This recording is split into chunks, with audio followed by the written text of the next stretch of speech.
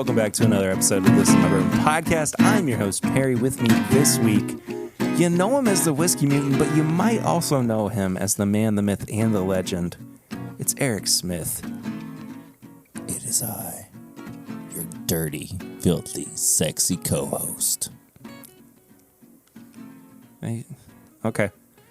Legendary, mythical, me.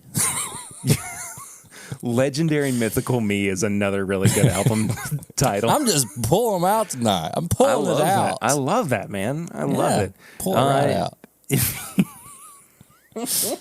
Oh, that was going to be my worst segue ever, but I'm still going to say it. If you want to pull it out, go over to patreon.com where you can support the show for as little as $1 a month. What I was going to say is if you're pulling out this podcast for the first time to listen to it, thank you so much for being here. You can subscribe if you haven't done so already. You can leave us a 5-star rating and review. We'll read out all of the reviews that we get here on the podcast. Unless you don't want us to review it, you can go watch the video version of this on YouTube. It's youtube.com/This Is My Bourbon Podcast. You can check all of our apparel and merchandise out at bourbonshop.threadless.com. Oh my. I got a little choked up. A little sad. A little emotional here. You can follow us on social media at My Bourbon Pod, at Whiskey Mutant. And my voice is going to do a weird thing. You can also support us on Patreon at patreon.com/My Bourbon Podcast for as little as $1 a month, for as little as $5 a month. Whole bunch of bonus content. Weekly bonus content. You get new stuff every single week. And you know what? If you haven't yet told your friends about this podcast, what the heck are you doing? What you doing there? Tell somebody about it. Tell them. Tell your neighbor right now. They don't like listening to podcasts? They can watch the podcast. They don't like watching the a podcast? They can listen to the podcast. They don't know what a podcast is? Tell them it's like a radio show. Tell them about it. I wanted to point to. I'm sorry. I didn't around the camera. Tell them about it. Go on now. We'll be right here. Go on. Tell them. Okay, you did. I saw you. Come here, boy. No, I was giving him a little tickle under the chin. Yeah. Hey, we normally start. What? I don't know. Yeah, it's best for us to move on. We normally start an episode out with Flying Blind, but this week we're switching it up. We're doing Sips and Snacks. We are doing Sips and Snacks. And this one was provided to us by the Whiskey Mutant himself. Eric, you have provided me with half a donut and 1 ounce of whiskey. So, well, that's all the donut that was left, other than my little bite I got here because they were going fast at my house. Fair enough. Thank you for fighting off the vultures so I could have one. When pumpkin patch apple orchard season comes around, the hottest commodity in the Smith house is the apple cider donut. And boy, do they go fast. So I had to hide this one. So you've got you an apple cider donut and you got you a little whiskey there. We're going to pair it up. I've already done the pour over. I mean, you're already there. You've done it. Tell us what you think, Perry. Chocolate, nougat. Oh man, dark chocolate. Actually, there's like a little bit of bitterness that comes in there too. That I really, really like. I haven't even tried the whiskey on its own. Yeah, try that too. Try it all. We do it all here. Ooh, that's good. Real nice. That's good. I want to say this is a rye whiskey. I want to say point for you. Oh, that's good. I wish I had more, but I don't. That's about all I got going for me. It's just feeling like it's a rye. It's a rye? You like the pairing? I love the pairing. It spices it up in a way that the donut on its own can't do. Yeah. Well, this is. I normally don't do this. I usually. I got to give you part 2 though. Oh, part 2. Go. Well, I don't normally. Never mind. What do you not normally do? Is that R. Kelly? Or is that Nelly? Part 2. This is my confession. No, is that? No, that's Usher. Part 2 That's the not remix. what I'm talking about. Remix to Ignition. That's R. Kelly. I hate myself now. It's a remix to Ignition. Hot and fresh off the kitchen. kitchen. Rolling Mama more in rolling that that body. body. Come Got on, every every man day in here wishing. Sipping on cooking rum. I'm like, so what? I'm drunk. It's the freaking weekend, baby. I'm about to have me some fun. Okay, we're stop. It's R. Kelly. We can't keep singing R. Kelly songs. I was gonna say we gotta stop. So I paired this on my Instagram, but I had a different snack with it. Okay. This is a rare character pick from Rare Bird. Oh, it's so good, man. 6 years, 4 months, straight Kentucky rye whiskey, and that's it right there. Focus. There you go. I paired it with a pumpkin-filled donut, and I tried to save that, but it was too many days in between when we would see each other. That's The feeling was not. I didn't feel safe having you eat that, so I tried it with a little bit of donut of the apple cider kind, and I liked it a lot. And then, like you said, it's like an apple cider donut, but then it added like vanilla and chocolate to it with a little bit of like ginger spice on top of it. Mm-hmm. And I thought it was really good. We also had to delay recording by a day. So this is another episode that you're getting almost in real time with very up-to-date news. Right now, baby. Yeah. So this is Monday night that we're recording and Wednesday morning that you're hearing this. So unless you're listening to it, unless it's like 2 weeks from now. Then you're late, you bastard. Where you been? Where you been? Your mother and I have been worried sick about you. Oh, me and your mother. We haven't been worried about you, boy. What? My mother? Your mother? Me and your mother? Eric, what have you been drinking recently? Well, a little bit of this. Rare Bird's Kentucky Rye. I guess this is Bardstown Bourbon Company. I think. I would assume so, but I could be wrong. It's 95.5. I don't know any other Kentucky people doing 95.5. America. Will it, maybe? Maybe. I don't know. Somewhere. But I have that. I sent you a little sample of an ADHD whiskey pick. Mm-hmm. I drank on that a little bit. It's a Starlight bourbon whiskey finished in, oh Lord, I'm going to fuck this up. Pinot des Charentes.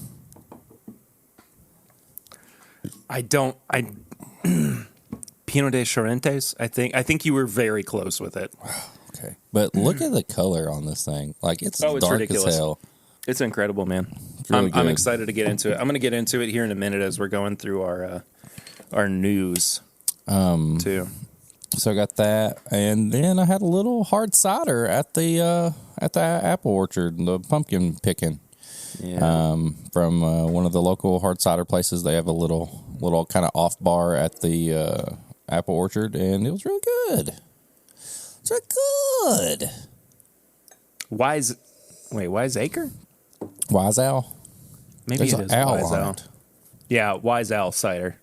Wise Owl cider. You can go Really check out good. their brick and mortar location at the Distillery District here in Lexington. If you ever nearby, let us know. We'd love to come and hang out with you. Goodfellas is over there. They have one of the best bourbon single barrel selection teams in the game. Incredible. So good. It's New York style pizza. Just everything about that area. Get you some crank and boom ice cream. Early tips and bits. Come to Lexington and go to visit the Distillery District. Mm-hmm. That's where James E. Pepper is as well. Yep. Just incredible axe throwing space.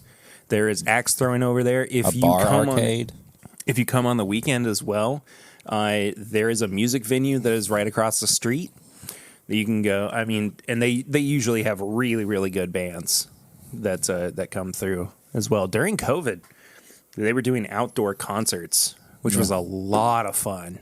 That was so much fun. We'd go and like bring a bucket of chicken too, and they would have like movies every now and then. So it's cool. Fun stuff. Come hang out at the LEX 859. Where we at? The 405. 405.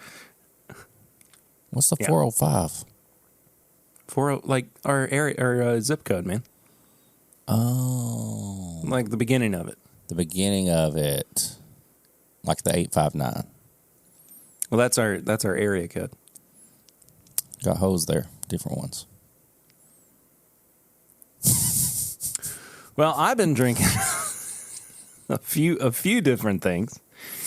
I went down to Gatlinburg this weekend because my wife's family has an annual trip, and it just so happened to fall this year on Eden's second birthday. So I went down on Friday and I drove back up on Saturday because I had a tour on Sunday.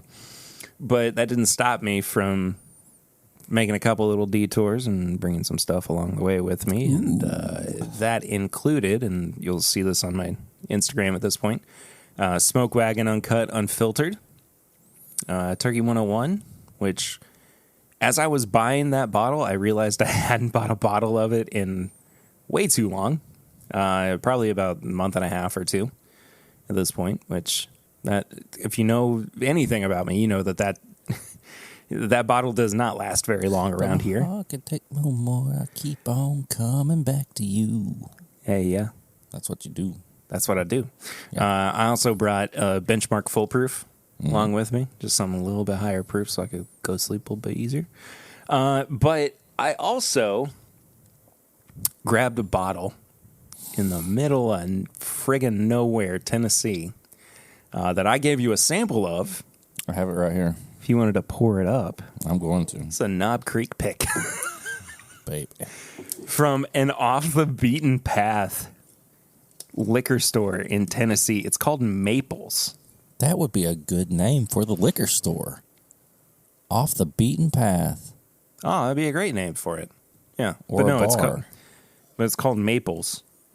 Barreled on January 17th, 2012, and selected on November 4th, 2021. But for a little store that has virtually no reputation, let me say they can pick a heck of a barrel. That smells like Reese cup and pretzels. Chocolate and pretzels? Yeah, I get a lot of cocoa on this. Or cacao. Cacao? Cacao. Cacao. Porto. Oh, God. No. Not yet. Oh, my God. That tastes like it's 95 proof. Oh, shit. That's dangerous. Yeah. Wow. Yeah. I would never think that's a Knob Creek pick. At least not 120 proof single barrel. So I didn't crack it open when I was in Gatlinburg. I opened it when I got home on Saturday night. And it just... I was not ready for it. Like, I fully expected it to be just... That's nice. Bland and, a very thin palate, but I am very, very impressed with this single barrel. So if you're ever in Tennessee and you happen across Maples Liquor Store, they've got cases left of this Knob Creek single barrel. Do they have anything else? Any other picks? I cannot remember off the top of my head. I would assume so, though. Did they try to say this, or did you just get it on your own? No, I just grabbed it. I just grabbed it. I passed up, and it was mostly like what I could afford at the time, too, thing. But I passed up Knob Creek 18 in favor of this. They had a Blanton's. They had, just a bunch of, allocated things that I was more interested in seeing what this because this is so much more fun to me than having a bottle that basically anybody can get.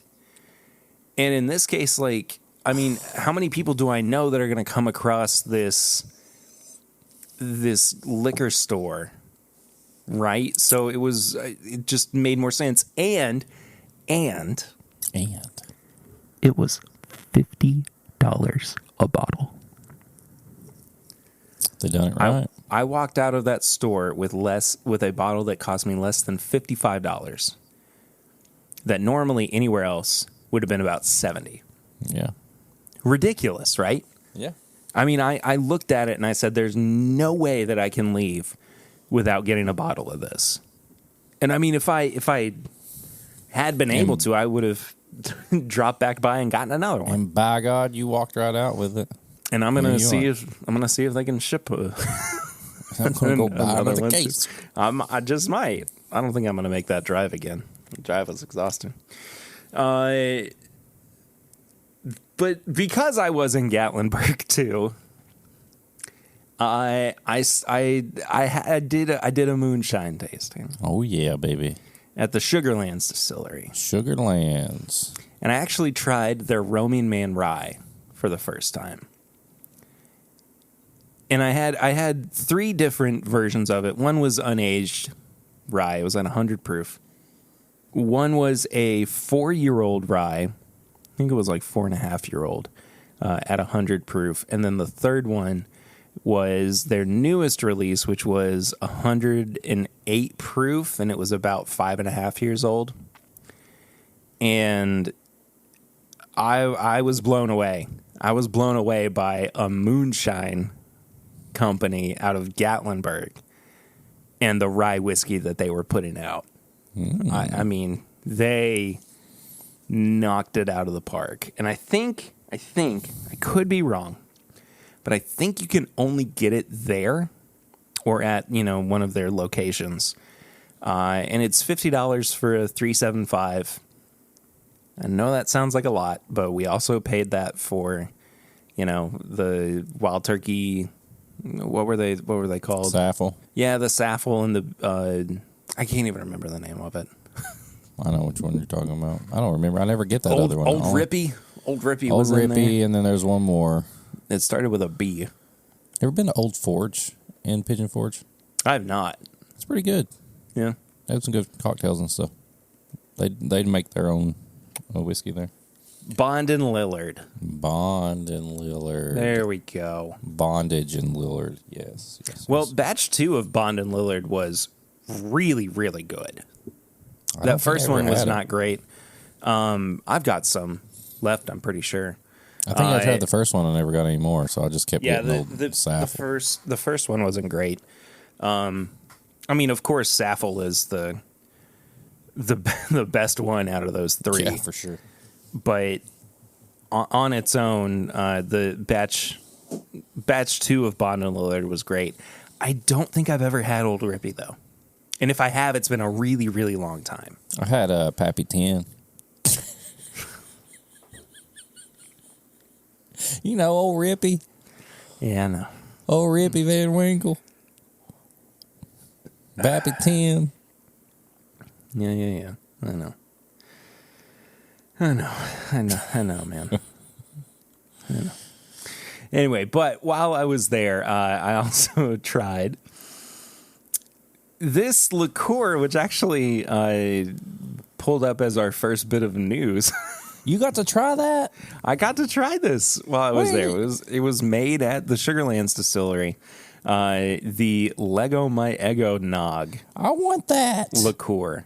It's really good, man. I want it right now. It's Where's the sample of it? Well, it was in my little communion cup. Can't wait to edit that out. Or amplify it. I want the Egos. But it's a 40 proof liqueur. It's very maple syrupy, but I'm telling you, man, for what sounds like a gimmick, it was really, really good. Is this going to be available anywhere else? I don't know, but I'm pretty sure they can ship. I want it now. We'll go 50 miles within my zip code. I'd drive 50 miles for Eggos in liqueur form. Sorry, no locations found. Damn it. Oh, that should be a new thing in our rating system. I'd drive 50 miles Would for you it. drive 50 miles or more for this? I feel like you should be able to buy this and get it shipped to you. I feel like... Look, we got friends down that way. Beverage We can... Warehouse. Where's that? You order it online? If we can't do that, I'm sure that we have somebody nearby that can send us a couple bottles. Or mason jars, however you want to slice it. I feel like it'd make me feel some sort of way. Oh, it'll make you feel some sort of way. Oh my God, you're making me want it even more. We'll do an episode around it if we have to. We should do a whole, like, gimmicked out liqueur. Oh, episode. 100%. Gimmicked out bourbon in general. Yeah, let's do Or it. whiskey or whatever you want to call it. But they've got a recipe as well for their Eggo Nog Caramel Brulee Latte. That's what I'm talking about. That picture right there on that. Oh, my God. They got a little Eggos on the side of the glass. Yeah. It does need bourbon, though. I'll say that. I mean, we'd add that to it. Oh, yeah. A little maple bourbon. Heck yeah. Maple finish Nulu that we picked.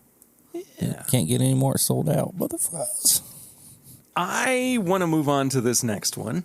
Let's move it. I like to move it. I'm a little unsure how I feel about this. Dr. Pepper has released a new bourbon-flavored non-alcoholic drink. See, that's when you first sent this to me, I was excited because Fansville Reserve, sorry. I thought it was going to be like ready to drink, like Dr. Pepper and bourbon drink. And then I saw the non-alcoholic and I was like, what the fuck? It's available exclusively through a sweepstake via the Pepper Perks program. What do you have to pay to be a part of the Pepper Perks program? Scan your receipts, upload them, get points, score the perks fans deserve. It's basically for somebody who drinks a lot of fucking Dr. Pepper. I'm signing up right now. I want to know how hard it would be for us to get our hands. It says you don't need any points to sign up for the bourbon flavored. If you want to enter for a chance to win $10,000, you got to have 10 points. That's it? Yeah. How many points do you earn with every Dr. Pepper that you buy, though? Like 0.05? I don't know. I don't even like Dr. Pepper that much. I don't either. This is like Pepsi points. Is it? There's one you can get like sunglasses and stuff like that. Well, they're owned by the same company, aren't they? I tried to get a bomber jacket that time. And I sent all the points in. Like I cut them all. That's when you had to cut them off of the labels. And I never got anything. I'm still mad about that. You do have to buy and earn points in order to get the Fansville Reserve. I'm mad about that Pepsi point thing, man. They did that stupid commercial where they're like, you can win a jet, and that guy really did it, and he never got one. Oh, yeah, that's right. He really got all the points to get a jet. Yeah. And I was just happy to try to get a jacket, and I didn't even get that. So mad. Yeah. So I guess we have to buy Dr. Pepper if we want to. I want to get that. I want to this. compare it with and without bourbon and see how much better it is with bourbon. If you're a Dr. Pepper fan, if you're a Dr. Pepper fan, get those points in. get Send them. the And boys some reserve. if you win and you don't want it, or if you get multis and you're feeling good, nice, Yeah. send us some. Send it. Full send. Ooh, We finally got the release of the Arby smoked bourbon. Billed as a chain. Go ahead. I love the picture on this. Look at the smoke coming out of the rocks glass. Horrible. Shoot, pull that up. Put that on the screen. I'm definitely putting that on screen right now. It's bad. It's bad looking. So they're saying that it's billed as a chance for Arby's to bring its smoked meat expertise to bourbon, which is, of course, something that we have all been dying for. This limited edition whiskey is smoked with the same real woods, hickory, mesquite, and pecan used to smoke Arby's meats from Sadler's Smokehouse in Texas, creating Arby's signature flavor. Specifically, the chain says its Arby's smoked bourbon takes inspiration from their 13-hour smoked brisket sandwich and their limited time only 8-hour smoked pork country-style rib sandwich. It's a 90 proof bourbon. I mean, I haven't even seen. Is it straight bourbon or is it just bourbon? It's smoked bourbon, actually. Honestly, actually, you answered my question with that response. Arby's smoked bourbon is only available to residents of California, Colorado, Florida, Kentucky, New Hampshire, New York, and Washington, D.C. We made it. Screw you, Tennessee. $60 a bottle. Ooh. Oh, it's you. Look, okay. If you are listening to this right now on the day that it comes out at noon, you have the opportunity to buy it. Noon Eastern time. This Wednesday? The day that this episode comes out. If you're listening to this in real time, you Oh, it's got a website? You could buy one. I'm gonna try. I am gonna try to buy a bottle of this. How many? And who's gonna stop me? Not me. I want some. How many Arby's regular sized roast beef sandwich could you crush? Like just the regular roast beef sandwich, with or without double. cheese? No cheese, just straight up. Cheese makes it a little heavier. I'm just saying straight up. Probably 5. Oh my god, I could crush like 5 or 6. Yeah, easily. Yeah. Arby sauce. Oh, 100%. Love Arby. Has to have Arby sauce. Arby sauce is where it's at. I don't care what Arby's does. They could go away. Just give me Arby sauce. Arby sauce is delicious. I have been wanting to try their. Maybe if we wind up getting one of these, we can pair it with the real country style rib sandwich. I'm down. They have some questionable stuff, not the greatest, but I will stand by their roast beef sandwich. Yeah, I like it. Especially, I could crush like 5 of them. We're moving around a little bit here, but Maker's Mark Crushing. Speaking of crushing, it for environmental benefits in unique glass upcycling initiative. So basically, what they're going to be doing is they're going to be taking old bottles and upcycling them into newer bottles and just trying to reduce their carbon footprint, to create new bottles. What if they did really that? Cool. What if they did that as part of their tour? They're like, instead of dipping your own bottle, you got to crush your own bottle. Bring us your empty Maker's Mark bottle, and we will use it to create a new Maker's Mark bottle. Yeah, and you get to crush it. They have a really bad accident with that. They have to shut the whole program down. Yeah, like 8 people lose eyes. Yeah, the glass just goes everywhere. Yeah. We didn't think this would happen. It was supposed to be a good thing. It looks paint. Yeah, this was definitely a Pete Samuels idea. It looks like all of this is going to be taking place in Kentucky at different Kroger Wine and Spirits. Louisville, Shelbyville, Lexington, Georgetown, and Versailles. Oh, and a liquor barn, 2 liquor barns, one in Louisville and one in Lexington. So if you are nearby and you don't know what to do with your Maker's Mark bottles. What if you bring a bunch of other bottles and they're like, we're not crushing them. I got those Blantons. Or if it turns into it where Maker's Mark people are just crushing other people's bottles. They're like, yeah, look at this shit. Jefferson's Ocean. Oh, boy. There's a new Aged at Sea New York edition. Aged at New York Sea? Like New Yorkers themselves, the city's water has a magical quality about it. Inspired by legendary foods that are made tastier because of New York water, world-famous bagels, pizza, and donuts I thought it would be interesting to experiment with it and see what effect it would have on this Kentucky-born product, says Trey Zoller from Jefferson's. Okay. Now, I'm not saying that this wouldn't be good. I think that this is just, continuing with the idea of the gimmick. Yes. This is up there. I mean, come on. 98 proof, $99 a bottle. Jesus Christ. So be on the lookout for that. Yeah. Here's something that we have to be on the lookout for that you and I were not anticipating at all until this label came across the TTV, and I wanted to save it for its own little segment, its own little time outside of our TTV label discussion.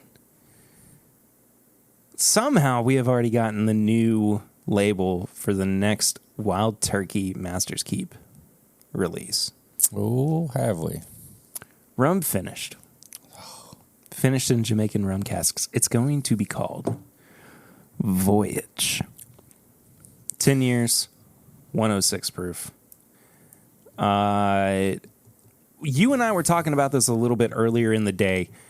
Do you think that this is an indication that we are going to see multiple Master's Keep releases per year, or is this them getting ahead of the game and trying to put out, or at least get the label approved beforehand? Because, I mean, we are just coming off of the Unforgotten being not just announced, but released, at least in, some markets.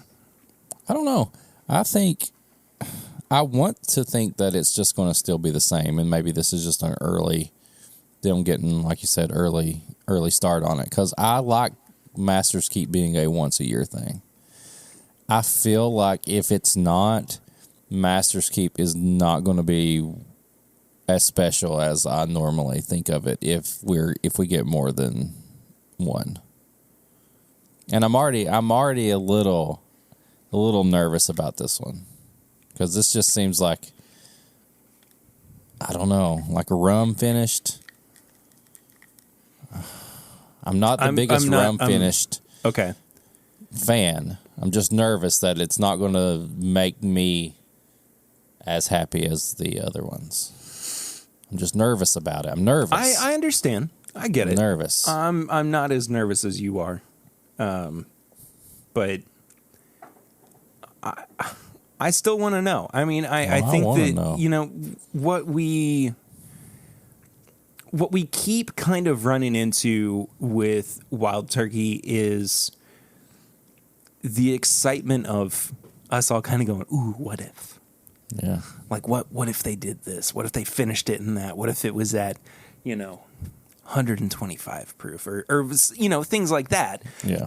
And so I think that for a lot of us, myself included, this scratches an itch that we definitely have.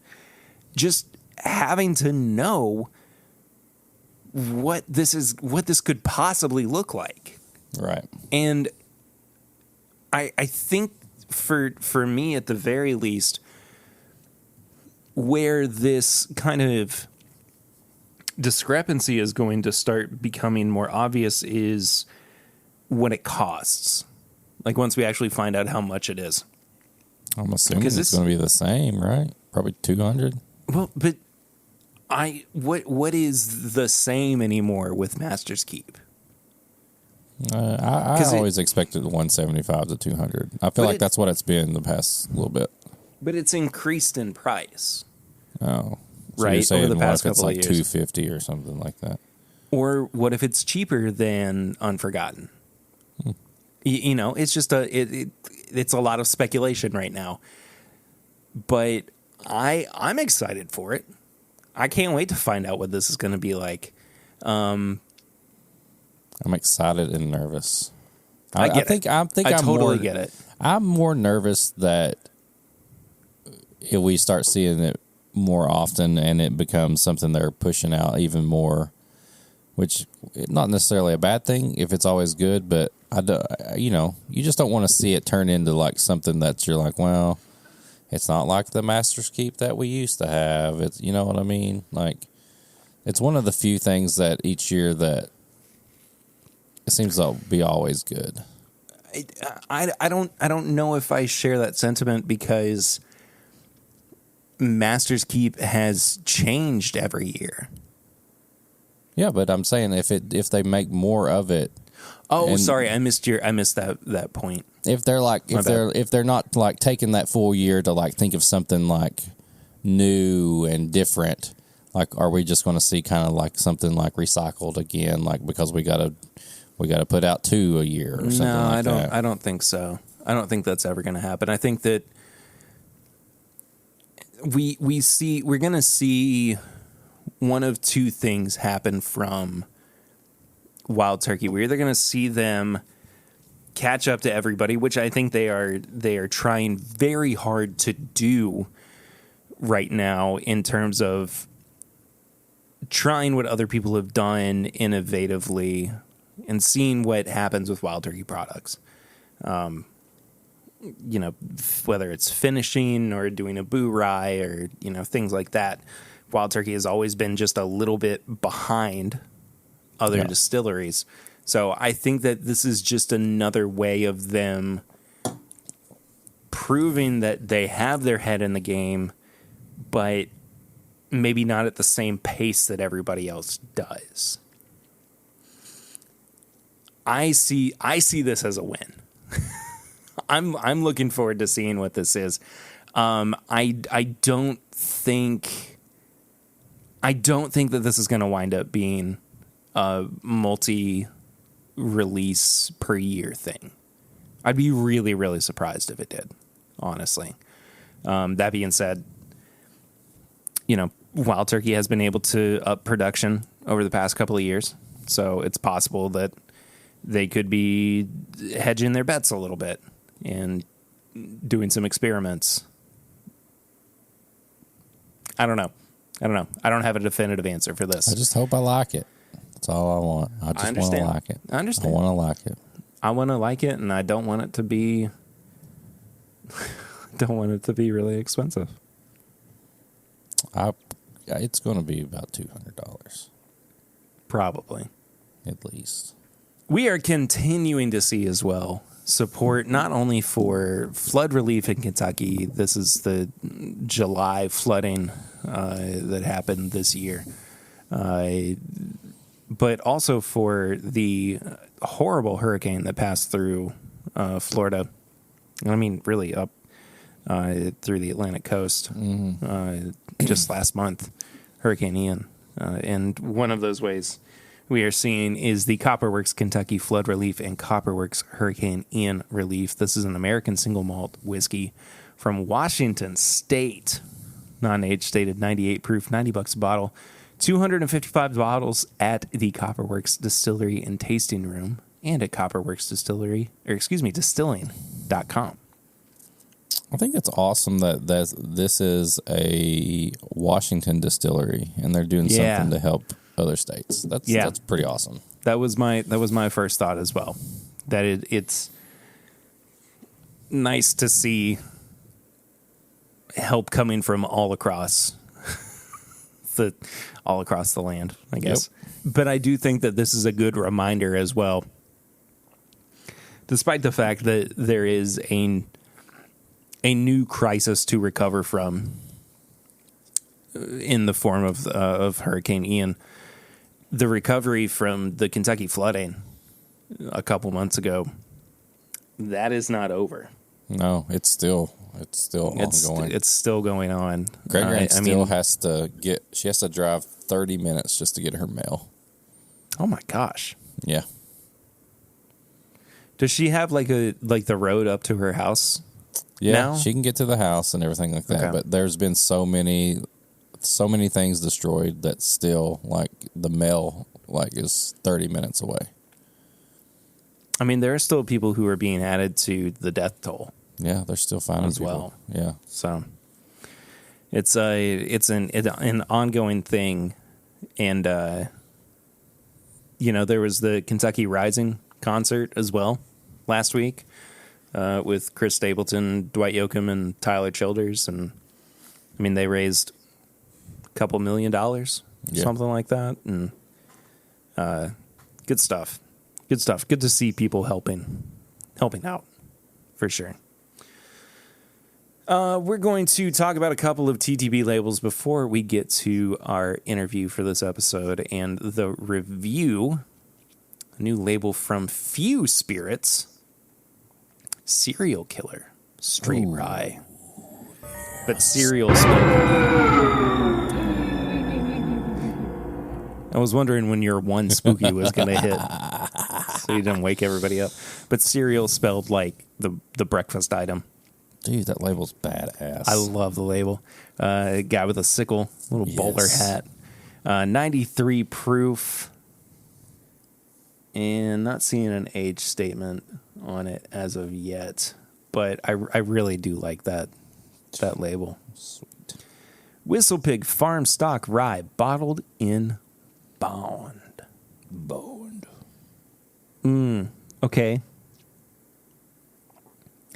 I'm not sure how it can be called bottled in bond because on the back label it lists 4 different ages that go into this, but all of them, I mean, they're all over 4 years, but Is this like the Jack Daniels, the triple mash? How it's bottled in bond? no, because those maybe, man, I don't know. But also, like, 2 of the whiskeys were made in America and 1 of them was made in Canada. Are they all separate bottled in bonds and then you just put them together? I don't know. I don't think you can call a Canadian whiskey bottled in bond. No, it's not bottled in bond. It's bottled in barn. Oh, I'm an idiot.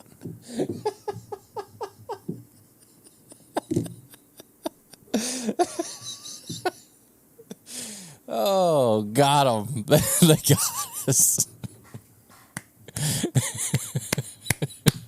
Rats off to you, Whistle Well Pig. done. You got us. Whistle Pig. This is for you.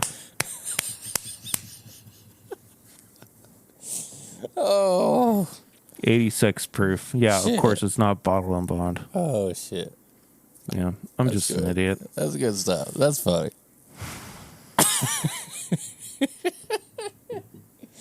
Okay. Kind of new. Kind of dead guy whiskey. Oh. Rogue single barrel project. Cherry cask finished. It's an American single malt. Total age 8 years, 6 months, 5 days. Finished in cherry wood. Bottled in death. Bottled Death in, has no age. bottled and shoot myself right in the foot. Like a friggin' idiot. All right, Matt. Friggin' idiot. Friggin' idiot. Oh my God, I'm crying. Yeah, that was pretty good. Yeah. I'm crying. Well, I'm glad we had one big slip up this week. All right, I am very excited to be able to welcome to the podcast new friend and creator of one of my new favorite products that I have been very fortunate to try, but it was only by your all's grace and reaching out to us that we were able to procure a bottle. But this is Robbie Haynes of the Gold Fashioned. And Robbie, welcome to the show, man. It's good to have you here. Hey, thanks for having me, man. Looking forward to it. So wow, golly, all right. Super professional here, apparently.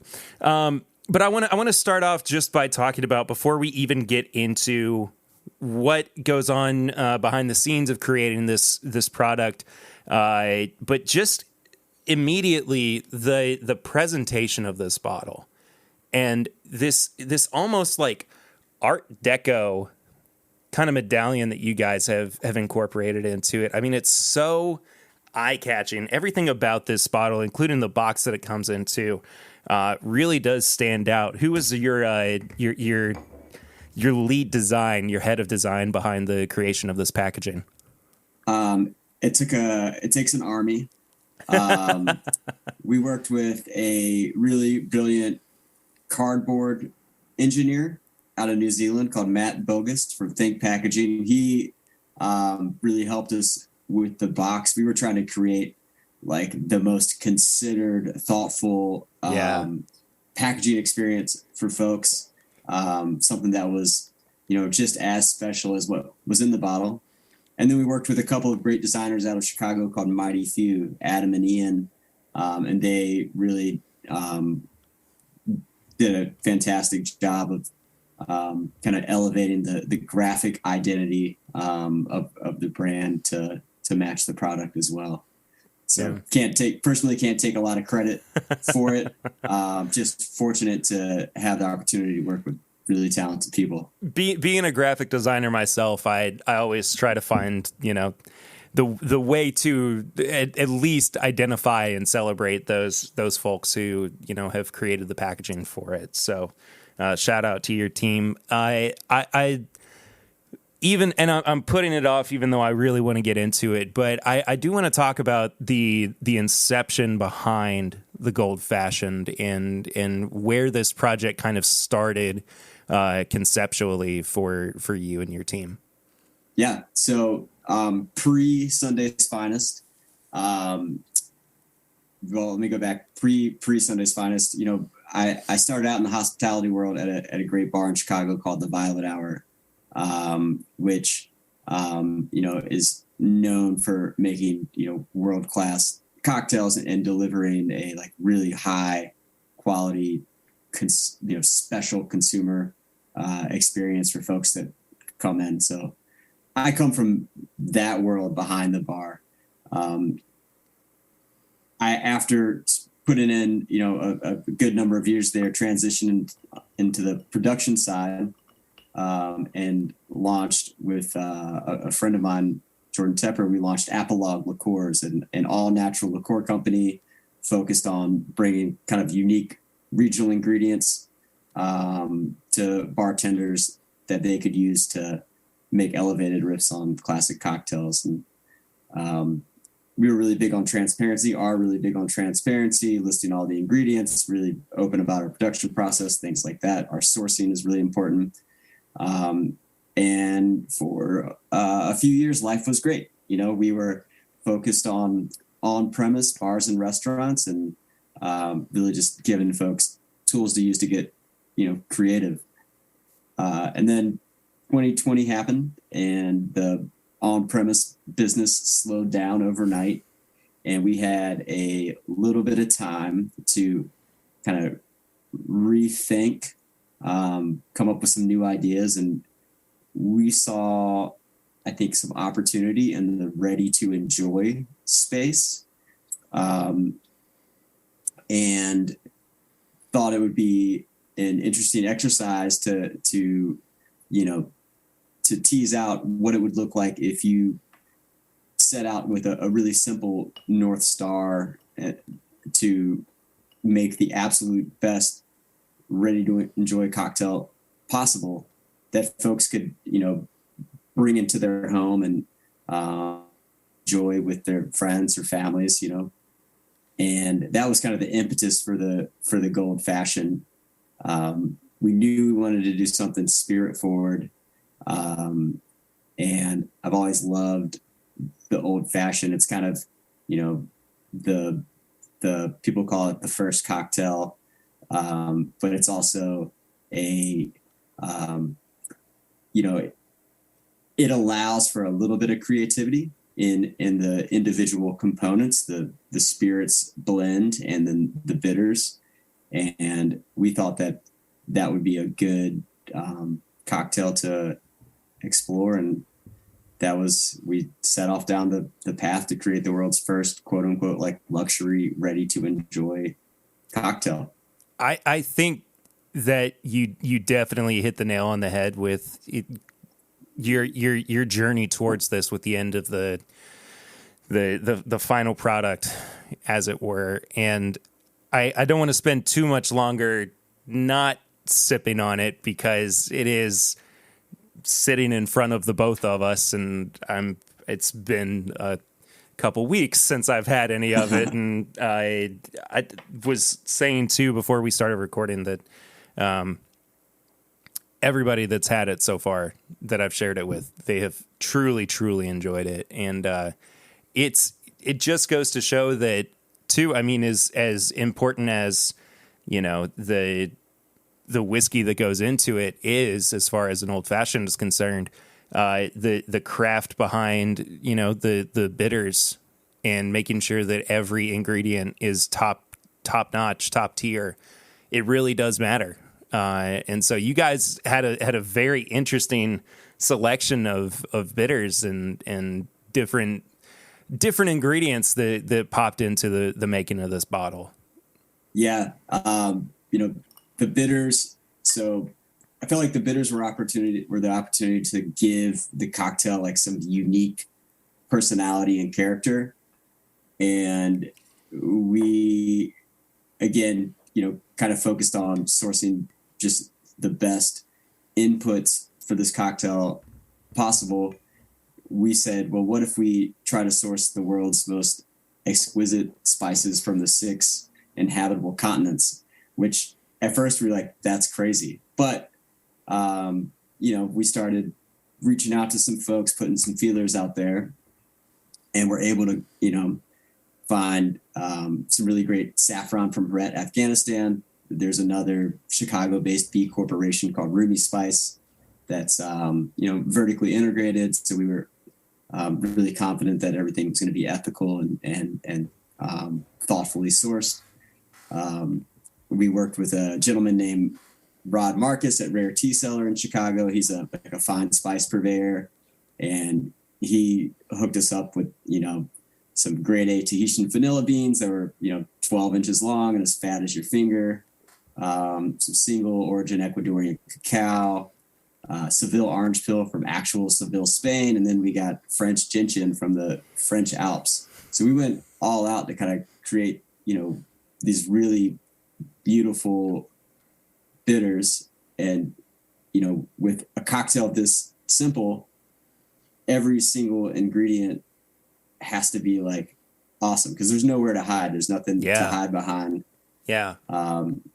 And that goes, you know, that has to, we knew the bitters needed to be special, and we knew the vintage whiskey blend had to be like also killer on its own. And so we spent a lot of time like dialing in the individual pieces of the cocktail before we could even get around to making the drink. Right. And we'll get to the actual whiskeys that went into it in just a moment. But as you said, this is a ready to pour cocktail. Everything is mixed up and prepared for the consumer right in the bottle, except for one step, and that's the orange spritz, which absolutely is the perfect complement to everything else that's happening in this bottle. Yeah. Firm believer that like any great culinary experience, especially a cocktail, you know, for it to be truly special, you have to engage all the senses. And a lot of the ready to drink or ready to enjoy cocktails on the market, some of them are very cool and some of them are very fun, but we didn't see anything that really engaged folks' olfactory response, you know, nothing with aroma.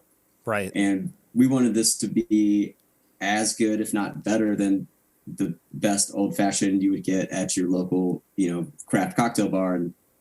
And we were sitting around a table, and, you know, someone said, is this it? And it's like, no, like it's not it until we can like figure out how to engage that sensory experience. And someone, one of our partners, Adam, said kind of half jokingly, like, what if we find a way to incorporate orange zest into some sort of atomizer?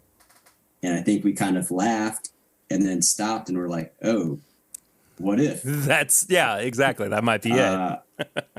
And we tapped, there's a company out of Burlington, Vermont called Alice and the Magician that specializes in aromatic zests. And we reached out to them, and they crafted this like beautiful orange zest out of blood orange, and navel oranges that really just takes the experience over the top. It gives people something fun to engage with and lets them be a part of the process. And it does give you that feeling of like, I mean, despite the fact that, you know, you are already drinking an elevated product, you are getting that chance to add your own little touch to it for sure. Yep. So this is, correct me if I'm wrong, 15-year, 9-year, and 6-year-old whiskeys that went into this? Yeah. So sourcing great whiskey is not easy. And we spent a lot of time looking for the initial blend, tasted dozens of barrels until we found something. Just, to do this and do it well, we needed something with some meaningful age on it. There are great younger whiskeys out there, but pound for pound, in an old fashioned, got to have something that's at least 5 years. And so when we launched last year, we were able to find some 8-year bourbon and 5-year rye. We took half of those barrels and set them aside and let them, go another year. They only got better. And then this year we were able to source some 15-year bourbon to fold in to the blend, and it added, the thing that only 15-year-old bourbon can do. It's like this kind of, I describe it as stately and distinguished. I don't know if those are proper tasting notes, but I feel like it comes through in the cocktail. Was that something that you had kind of in the back of your mind that you wanted to search out for some older product to maybe put into the next blend or a blend down the road for another release? Yeah, I think each year we're going to do a different spirits-based blend. And yeah, this year there's only 3,000 bottles. There's only so much 15-year bourbon. And so we have depleted our stock and are now already searching for a compelling whiskey that is interesting and has a story that we can use for next year's blend. So I of course have to ask, being the bourbon nerd anyway. Sure. Are you able to reveal what whiskey actually went into the blend here? I can tell you a few things. Okay. And all right, so the rye is MGP. Okay. No secret there. I think Sure. the rye is fantastic. And so source the 5-year, let it age an extra year. The bourbons, I cannot tell you what distillery they came from. I can tell you where that distillery is located, and that it is, we would be proud to feature the name of the distillery if we were able to. But the bourbons are coming from Bardstown, and we're really psyched to be working with them. Yeah, we'll let people kind of make their own assumptions from there. But 15-year-old bourbon, there's only a few places that might actually have some of that, especially in Bardstown. But it just really does create this incredible blend that seems to, despite the fact that there are all of these really intricate ingredients that go into it, they are very well balanced by the actual base spirits that go into them. Were you intending to use I guess initially last year it was a double base for the spirits. Yeah. Double, that actually made me giggle a little bit, but now a triple base. But I mean, were you, did that happen kind of naturally, or were you kind of seeking that out in the creation process? Two things. One, I love we call them like split base or mixed base cocktails. Thank you. It was split base that I was looking for there. there's some nice historical context. Cocktails like a Vucare, which has a base of rye and cognac. That cocktail I've always found interesting because you really got like the best of both worlds with those spirits. And I had experimented with making old fashions with bourbon and rye before. Some people seem to prefer bourbon old fashioned. Some people like rye. To me, they're very different, but there's things that are compelling about both. Found like the bourbon tends to be a little smoother, a little more like baking spice, and then rye is a little more assertive and forward. But you mix them together, and it becomes like, I feel like, incredibly complex. So that had always kind of been on my mind when we launched last year's blend, and then was kind of fascinated by this concept for a little bit about like infinity whiskeys, where people are kind of continuing to blend vintages almost like a Solera system. Yeah. I don't know. I thought it was a cool concept, and we were kind of talking like, what can we do to make this year's blend special? And we're like, well, what if we find like, what if we add something that has like significant age to it? I think it'll bring some interesting character to the cocktail, bring some other notes out of the bitters. And we just said, okay, let's go for it. Let's see what we can find. And I mean, like I've been saying, it just worked extremely well when everything was all said and done. This we have to talk about the fact too that you all put all this work into it. This is not a product that was kind of haphazardly thrown together. So when you look at the presentation, you look at what actually the final product is that goes into the bottle and then goes into the glass. It does kind of warrant a semi-premium price tag. So it's $150 a bottle. But yeah. I think that $150 goes a really, really long way for people, because this is, I mean, if it's done right, if it's treated right, this is going to last people for a good long while. Yeah. I mean, you're getting 10 to 12 cocktails a bottle. The packaging is lovely. It's very giftable. And it's also something that you can show up at, a Friendsgiving or a holiday dinner or small gathering and pop it on the table. And you got, a conversation piece and something that, is easy to host with, that will make for a memorable night. And, you can feel good about showing up with it. I'd be happy if anybody showed up with a bottle of this, and I'm very thankful that you all sent us a bottle to review rather for the show. So we're gonna have a review coming up just a little bit later on this episode, talking about it. What is the best way for people, Robbie, to get their hands on a bottle of the Gold Fashioned?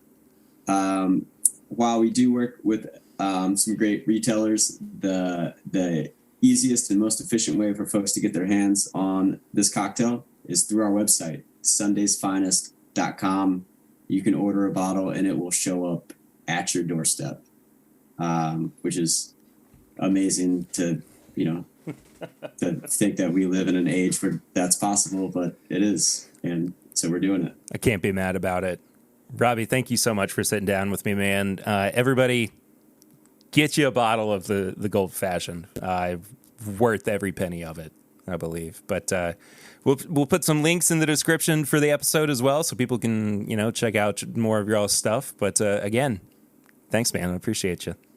Dude, thank you for having me. A pleasure chatting with you. Yeah, absolutely. So, Eric, I figured since I just got done talking with Robbie, we could spend some time reviewing the Gold Fashioned from Sunday's Finest. I want to review it, yes. I love this cocktail so much. And the fact that it came just ready to drink and all you had to do was spritz a little bit of orange on it. Oh, yeah, dude. And it comes with the orange. It comes with the orange zest, yes. Oh my God. It's just so sweet. But it's not sweet in like a rich way that overpowers any of the whiskey. It's just a well-balanced sweetness. And sorry, go ahead. No, you go ahead. I'm still amazed by this because I had a little bit of it when you first got it, and coming back to it, it's just so good. I talked about this with Robbie, but there's just such a depth of character and complexity to it that incorporating a split base of 3 different whiskeys into this, it's incomparable. I mean, there's literally no way that you could recreate this in the way that it has been made. And here's the thing. We talked about it, but it is $150 a bottle. It is. But Robbie brought up that is essentially 10 to 12 cocktails that you will be able to drink over the lifetime of this bottle. Yeah. I think with all of the research, all of the development, all of the shipping and receiving, and the time spent crafting this took, I think it's worth it. I mean, how often do you go to a bar or a restaurant and you get an old fashioned and it's more than $12? It's pretty if common. A good one, it's pretty much $10 to $12. Before I came down to record, April was asking like what we were doing. I said we were reviewing that old fashioned that I brought home that Perry sent you a sample of.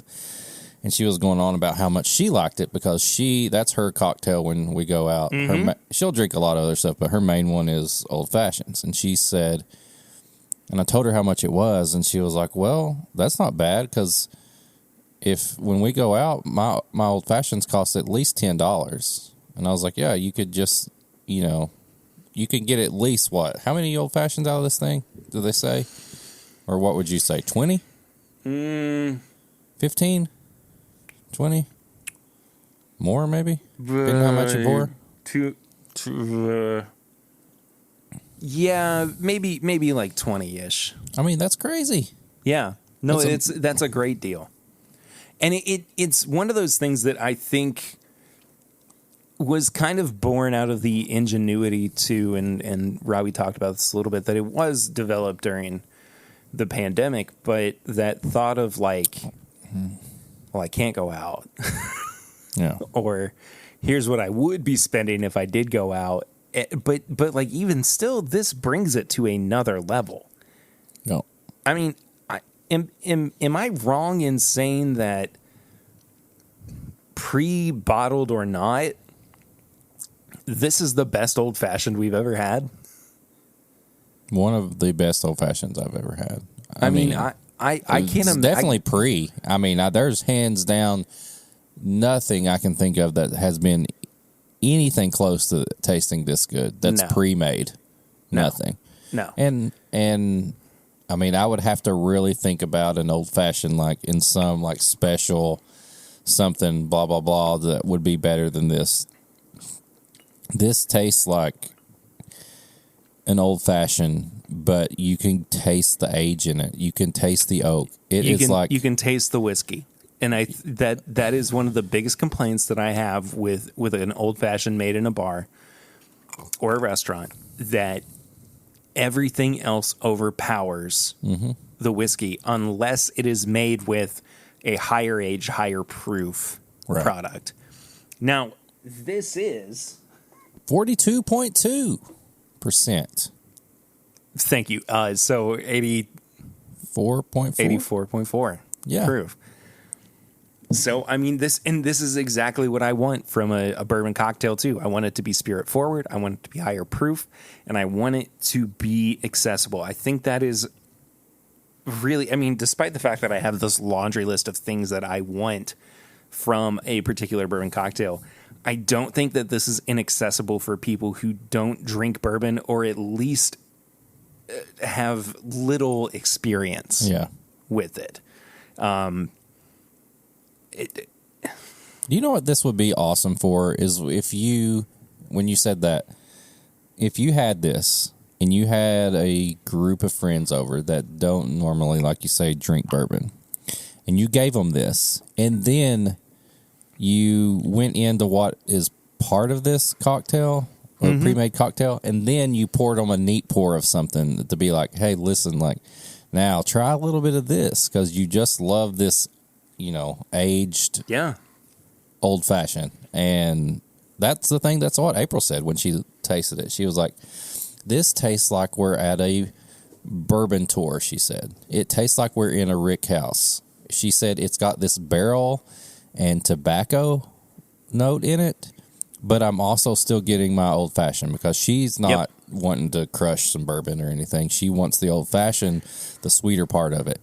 But she said there is oak and tobacco in this that she doesn't normally get out of old fashions. Now, tell me this wouldn't be great if we added a little bit of smoke to it, though. Oh, my God. I would love it. I think that's when we would get into the territory of, like, I mean, not even maybe the best, but the best, like, elevated cocktail, the best elevated old-fashioned that we could have had. But I love everything about this. It's kind of hard to rank something like this on our normal scale of nose, palate, finish, and price, despite the fact that you can go through all of it. It's just you don't normally do that with a bourbon cocktail. Yeah. It does have a finish on it, though. Oh, it absolutely has a finish on it. Even just from a, like, if we had to add a fifth category, uniqueness. Yeah. I mean, it that's what we're doing. We're going, how do we evaluate this? Because it's something we've never evaluated before. And because of its difference to everything else. 18 out of 20 on a cocktail scale. Yeah. That's what I'm giving it. But, like, the price, if anything is elevating it, it's like that makes it a 5. Mm-hmm. Just on sheer value, how much you can actually get out of the one bottle. Yeah. Absolutely 100% a 5. And it's just tasty. Like, it just tastes really freaking good. This, after we've already had some pregame stuff and we've had a little bit in the beginning, going to this after we've had a few pours of whiskey is perfect. Yeah. Like, this is a great ender, too. Yeah.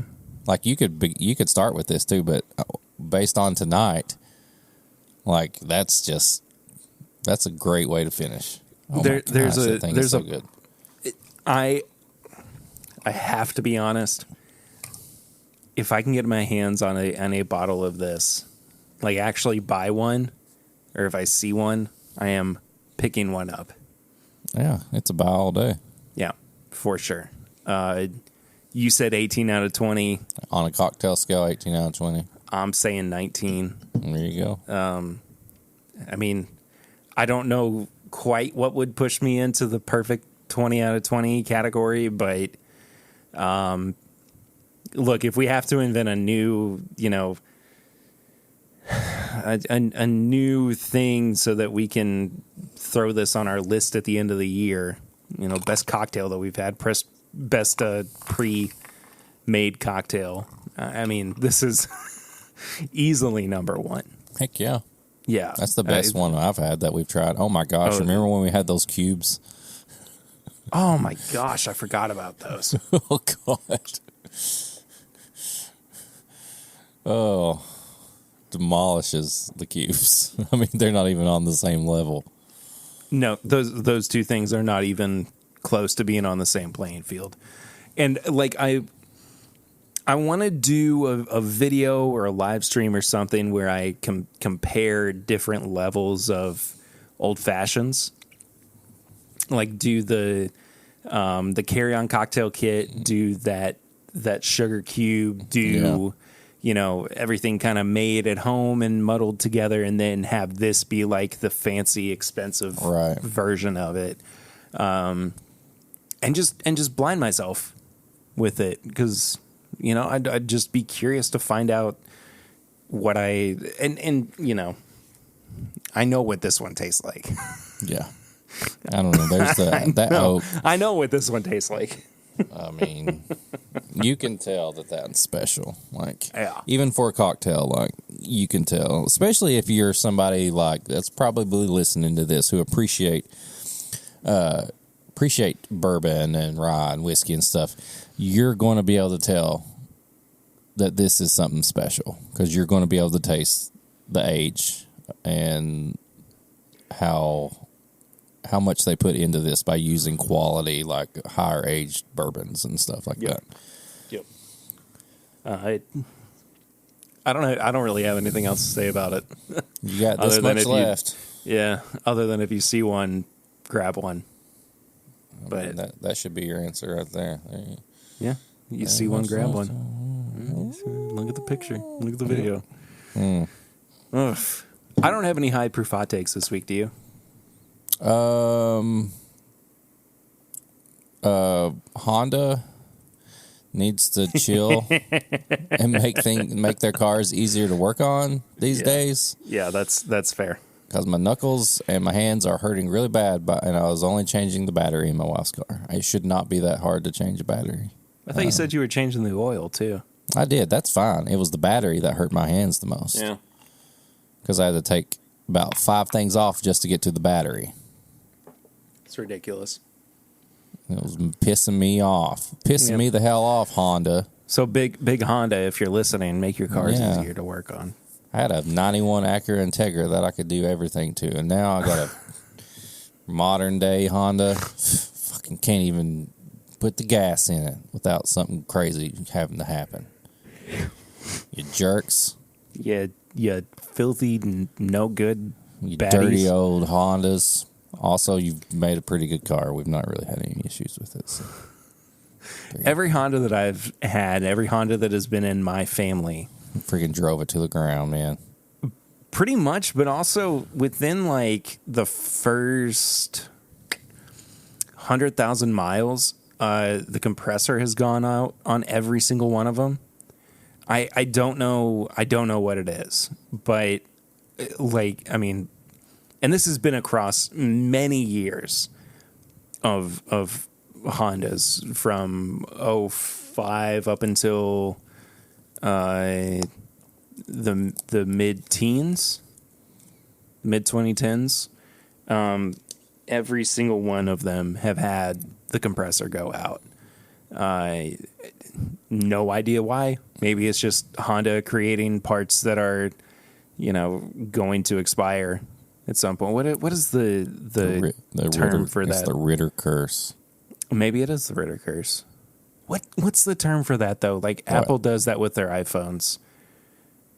It's that like they're supposed to expire after a certain amount of time. I don't know. I don't know good words. Oh, it's called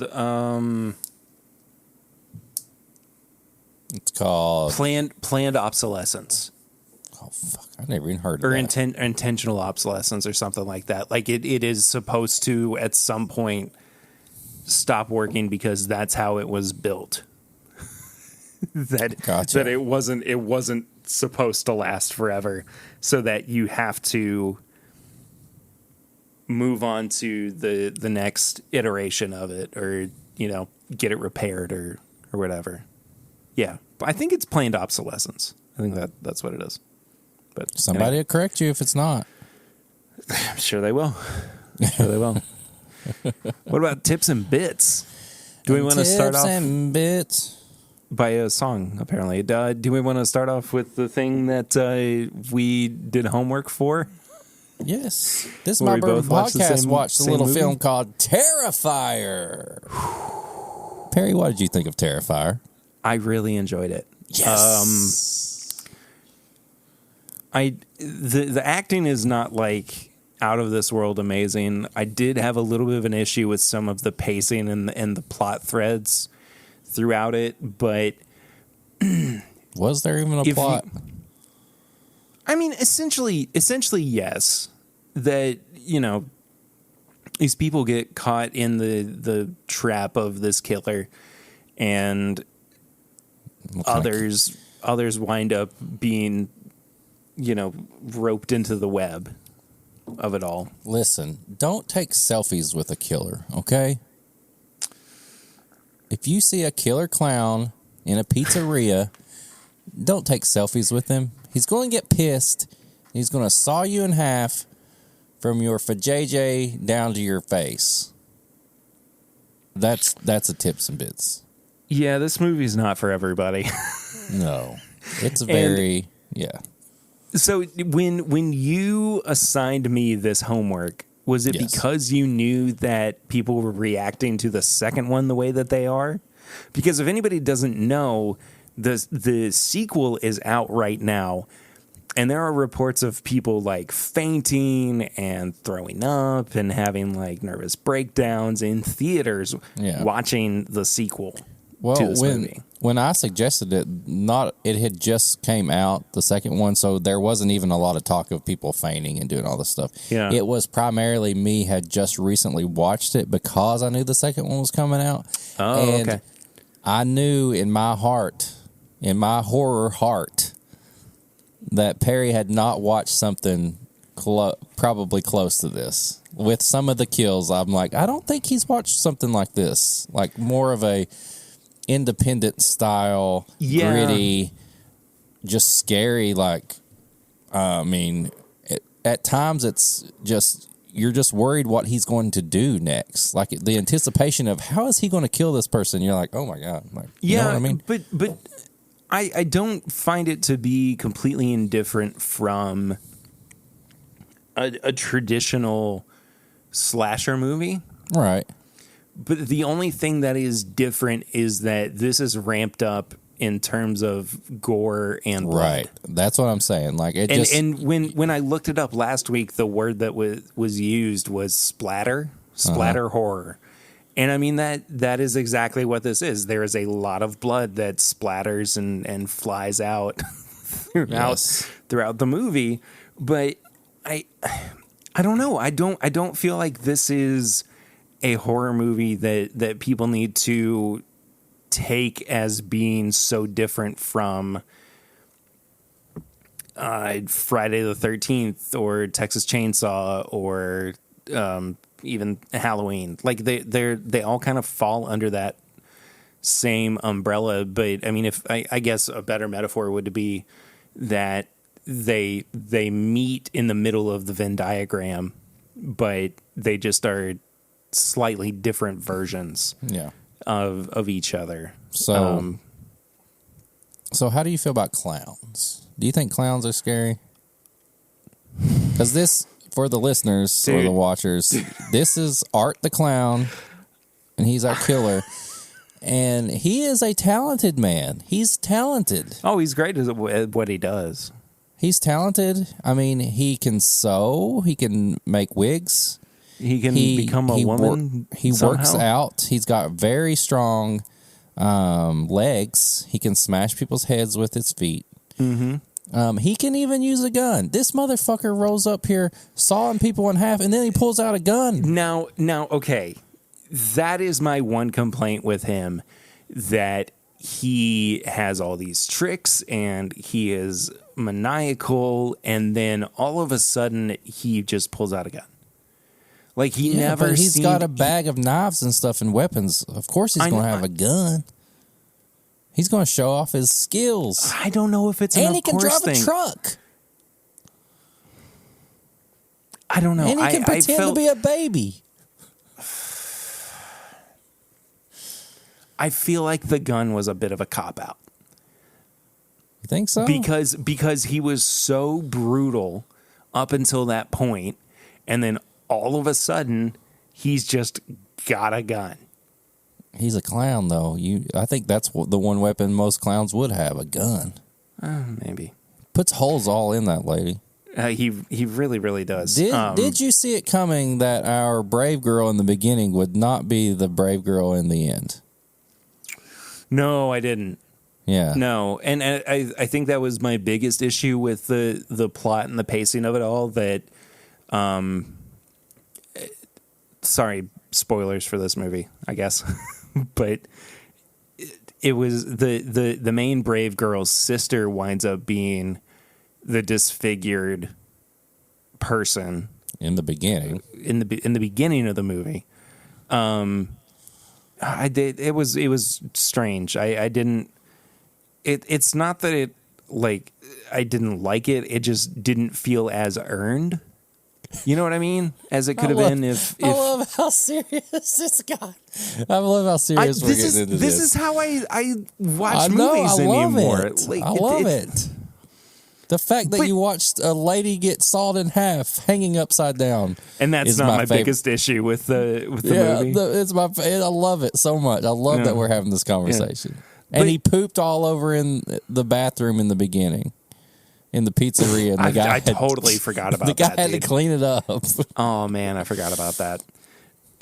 Which just goes to show that this movie is insane and all over the place. That pooping all over the place was the least crazy thing that he done. Golly, I think this is what I was saying during the pregame chats too, or maybe it was Porch on the Floor. I don't know, but that I kind of have developed this idea around me that because I didn't really grow up watching horror movies, I have a very skewed view of what they are. But I mean, maybe in some ways I do, but not so much in like I'm cringing because I'm so scared or like it's going to keep me up at night. Like I slept like a baby after I watched Terrifier. Like, and it should have been a pretty disturbing movie, but I don't watch horror movies anymore for the purpose of being scared. Not that I ever did.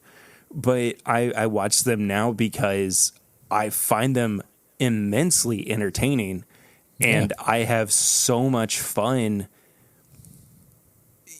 in entering into that escapism. Yeah, I would say, because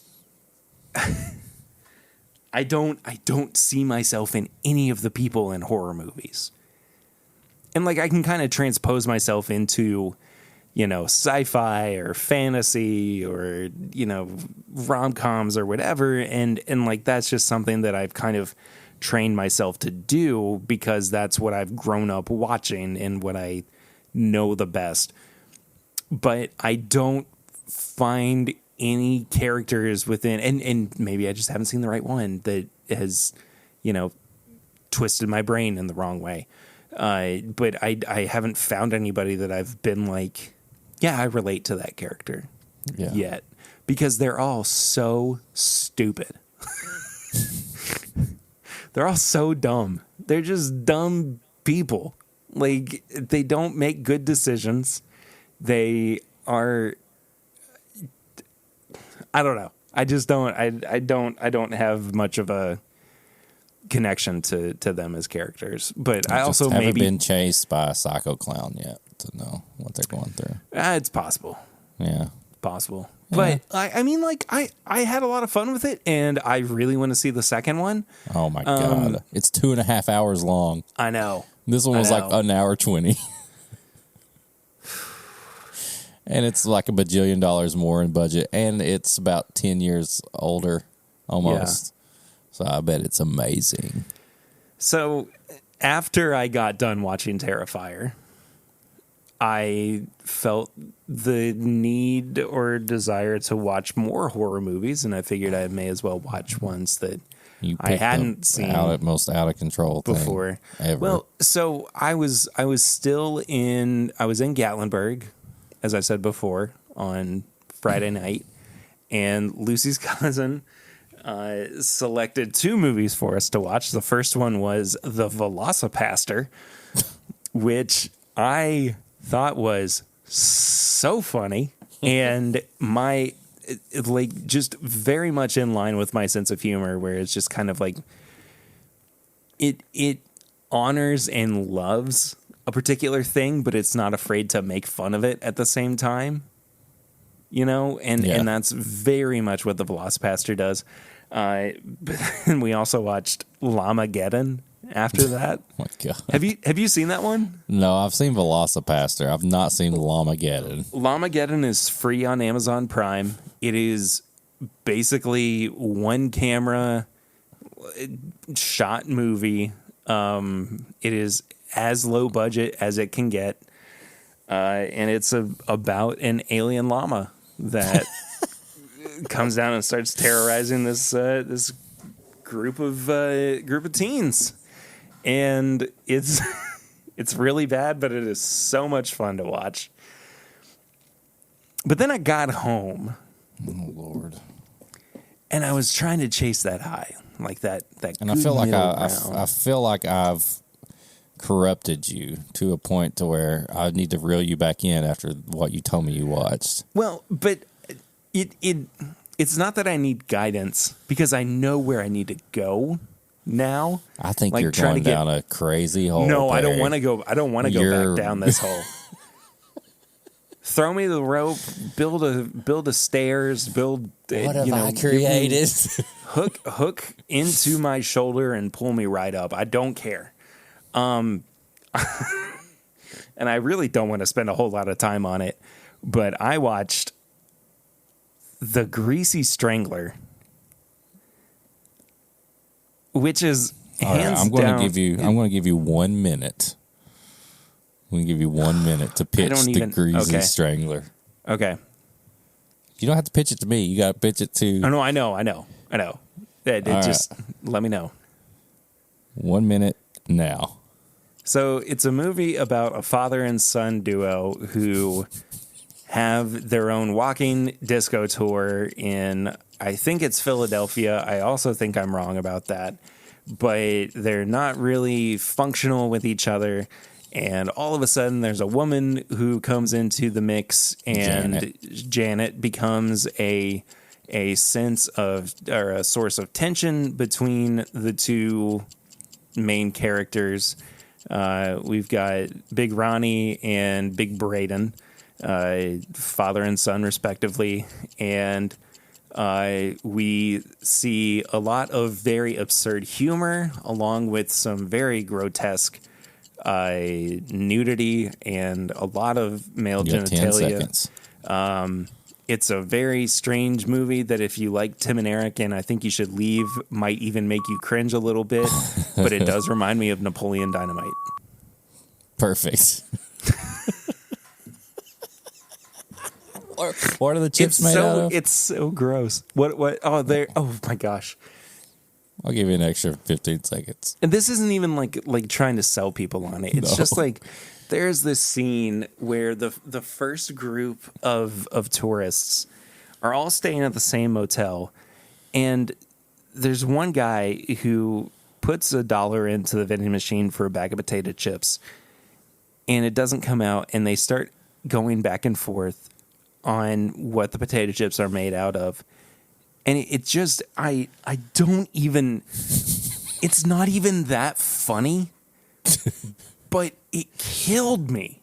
It was so, it just, with how absurd everything around it was, that somehow felt like the most mainstream comedy thing that went on in that movie. A lot of eyeball eating. Yes. I also just, I spent a lot of the movie like just cringing, just like kind of huddled in and of myself, because it's just like, it's gross. Yeah.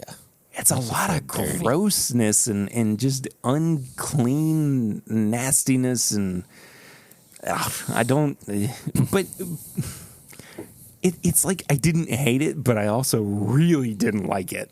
You have no desire to watch it again. No, I will never ever watch everything. that movie again. You're like me; you can see everything in your head right now. I'm just thinking of it. Oh, I can see literally every fucking Janet. Anyway, don't watch the greasy. I do want to see a sticker though, from our friends over at the podcast and BS and Bourbon for Oaken Thieves called the Greasy Strangler. Oh my God, we could do that, right? Though, yeah, wouldn't that be hysterical? That'd be amazing. Yeah.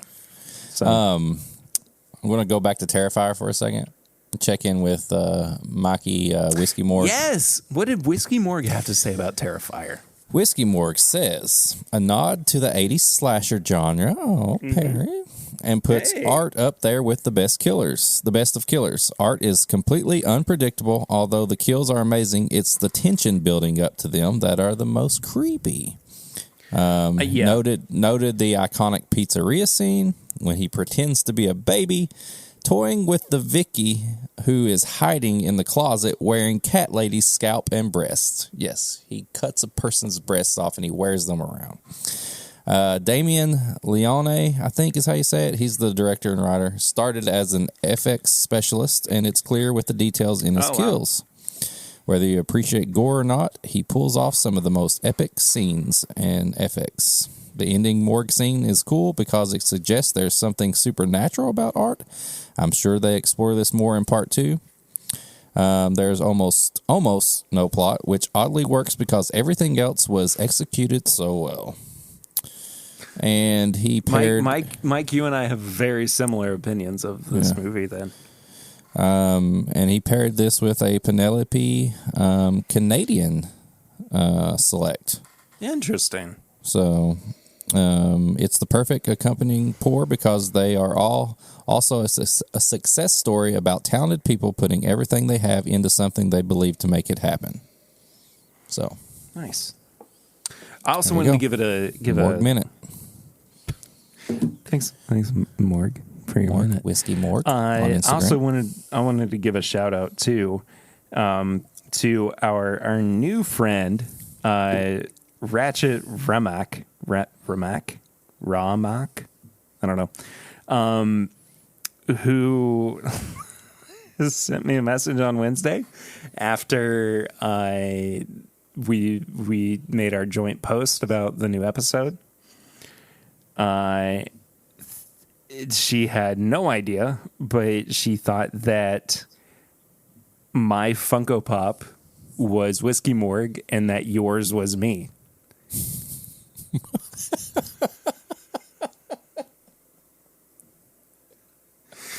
She didn't quite understand the connectivity between us all. Well, we're all one big happy family over here on Tim Bip. We are, but we share Funko Pops. It made me laugh, and I had to shout her out and appreciate that for a second. That's amazing. Sarah is her name. But her boyfriend is friends with Mike through social media and everything. Nice. So I also so we can kind of bring it back around to whiskey as well. I poured some of this red panty. Oh, from the ADHD. Look at this picture. 104.1 proof.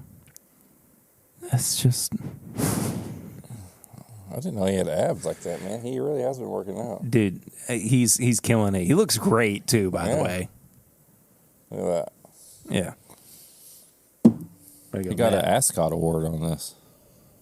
Did he really? I don't know. It says God bless. I can't see it. You're gonna have to put it in front of your face, I think. You're killing it, bud. I suck right now. There. I think it's an Ascot award for Starlight. Craft Distillery of the Year. But somehow Fred got his little award onto ADHD's bottle.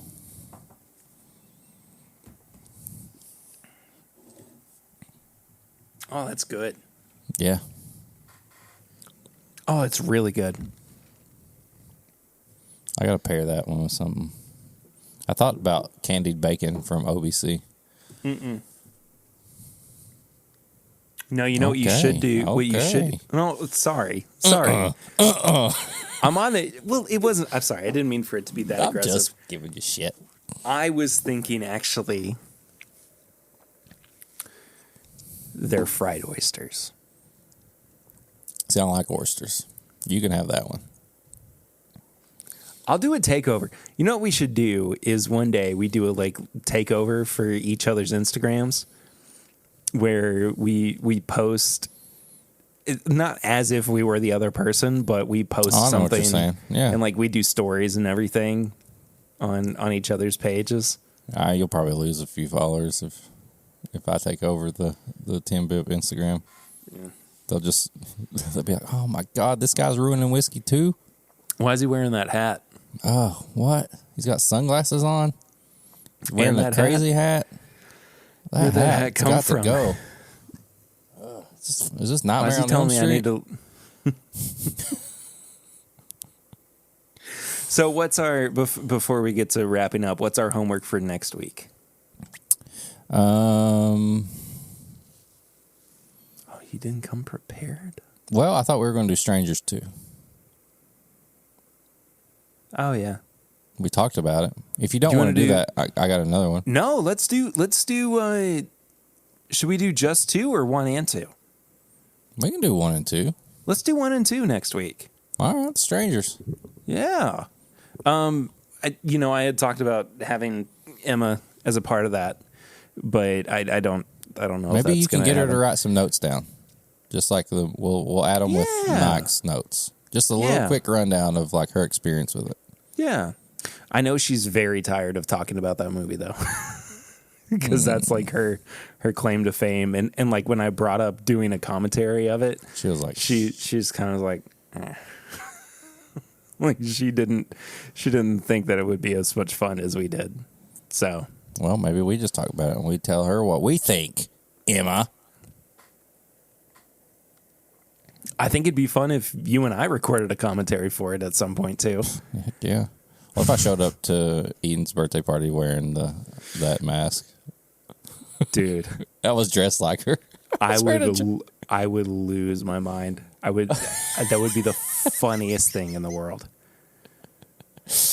Oh my gosh. I love that idea so much. Anyway, next week, if you want to watch the Strangers 1 and 2, the second one's called Pray at Night, which if you're a long-term listener of the show, I very, very heavily promoted Strangers 2 back within the first 6 to 8 months of the podcast because I just wanted people to go see Emma's movie. Yeah, it's Perry's sister-in-law. If nobody caught on. Yes, sorry. Yeah, I didn't say that. She's in that movie, but she's one of the killers.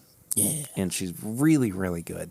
She's good in it. Yeah, but I think that does it for this week. But we haven't even talked about.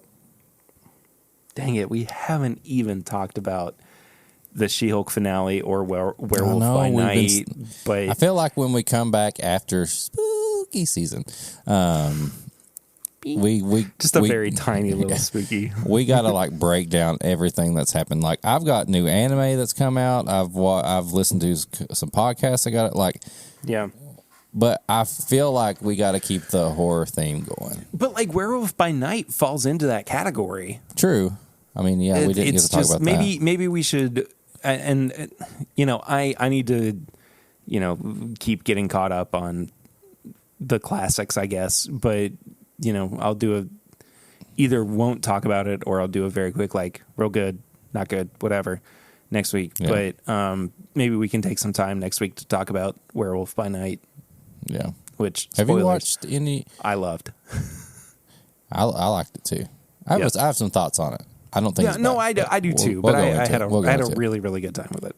Have you watched all the new Halloween movies? Have you watched any of the new Halloween movies? I have not. Okay. I've not seen any of them.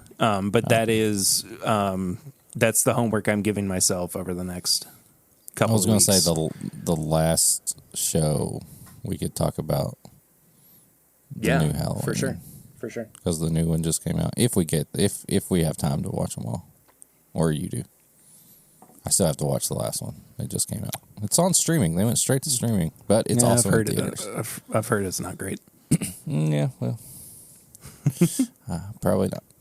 If it's anything like the last one, so Yeah. Well, I think it's time for us to wrap this up. Do you want to take us home? You know it. Okay. Well, just do it then. Okay. So serious. Horror Perry is serious.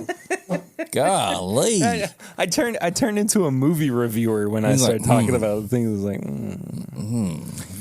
just call me Siskel or Ebert. That bag had so many weapons in it, but the choice of a revolver, and I mean, I really just wish he hadn't used a gun. That was my. I think that makes him crazier. I get it. No, I get it. I know that it looks like he is just turning at that point, because he definitely is. Like, he started to feel more, and I hate for this to be the reference, but more like Dark Knight Joker at that point, where he was starting to like lose control. And so he was just... After that, he did wear somebody's hair and cut their boobs off. It's true. So, if you want to wear somebody's hair, go over to patreon.com. No, that's a horrible... What? That's not how you do it. That's a good segue. Go to patreon.com/MyBourbonPodcast. For as little as $1 a month. We don't sell hair. I mean, we could. For as little as $1 a month, you can support the show. And at $5 a month, you get all the uncut stuff. The uncut episodes, the bonus episodes, the fun stuff that the normal listeners don't get. Sorry, normal listeners, you don't get it. But you can support the show. Help us keep the lights on. Help us keep getting more new stuff for you guys. If you want to send us an email, you can send an email to thisismybourbonshop@gmail.com. You can send us a suggestion to review. If you want to send us something, we'll tell you where to send it to. If you want to get some merch, it's bourbonshop.threadless.com or whiskeymutant.shopify.com. If you want to leave a message for the Barrel Ring segment, 859-428-8253. We have a very special Barrel Rings coming up next week, by the way. I remember, yeah. But that's where you leave us a voicemail. We play it on the air, and then we reply back to you. And you can listen to yourself. If you like to hear yourself and you're that vain, go ahead. Send us a voicemail. We'll play it for you. If you want to go follow us on all social media, it's at MyBourbonPod. You can follow Perry at PRitter1792, and you can follow me at Whiskey Mutant. Go over to YouTube, This is My Bourbon Podcast. You can watch the video version of this, and then Perry goes live every Thursday night at 8. And then leave us a review, 5 stars, 1 star, 2 stars, 3 stars, 4 stars. We don't care. We'll read them. And then just tell your friends about us. Tell your grandma about us. Tell your ex-boyfriend about us. Tell your ex-girlfriend about us. As long as they're listening, we don't care. You don't have to listen together. Just because you and your ex-girlfriend are listening to the same podcast doesn't mean you listen to it at the same time. Helps us out. So just man up. Do it. Woman up. Do it. And you can head to the Patreon page for This is More Bourbon Podcast, where this week we are rating and ranking and ragging on our friends' Instagram pages. Oh. Hell yeah. That's not a real thing, but do you want to do that? Always? Sometimes. Is that even a question? Is that even a question? Okay. I think that does it for this week, though. Does it? Art's Clown's behind else. you. Got him. Thank you, everybody, for watching or listening or however you enjoy the podcast. We'll see you next week. 5-year episode or 5-year anniversary special. That's what I meant to say. 5-year Annie. Can't believe it. Love you all so much. Thank you so much for watching, for listening, for being a part of this community, for sharing it with your friends, reviewing, doing all those good things. And I guess that just does it. See y'all next week. Until then, I'm Perry. I'm Eric. And this is My Bourbon Podcast.